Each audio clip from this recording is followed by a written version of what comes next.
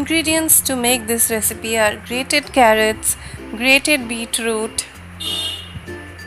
I have taken 2 each. Then 100 grams of paneer, slit green chilli, chopped garlic.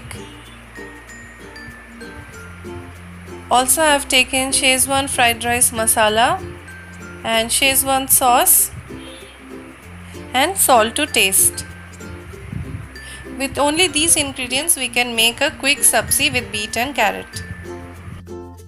So at first we have to heat 3 tablespoons of refined oil in a karai. Then I will add the grated garlic cloves and fry it till golden brown. Now I'm going to add the slit green chilli in it. Once it is fried well, I'm going to add the grated carrot and the grated beetroot and mix it well with garlic and chili.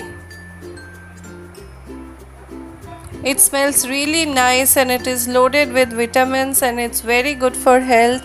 So you can definitely give it as tiffin to your children. They are really going to love it. It is an Indo Chinese recipe and I'm sure you all are going to enjoy this.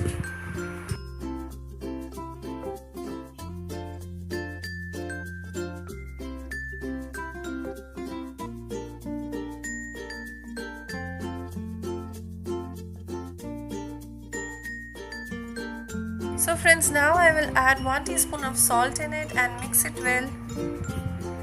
Next I will add Schezwan sauce around 1 tablespoon.